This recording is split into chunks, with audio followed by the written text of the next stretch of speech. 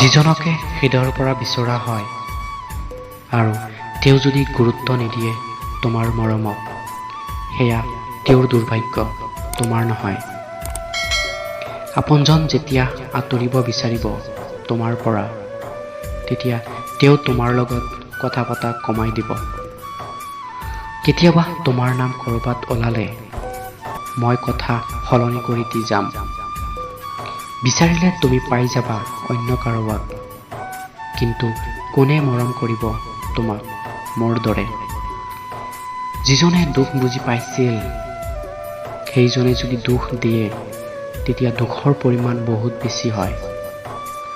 আচৰিত কিন্তু পৃথিৱী, ইয়াত কোনোৱে নিজৰ ভুলটোৱে মানি নলয় আৰু কাৰোবাক আপোন বুলি কেনেকৈ মানি ল'ব।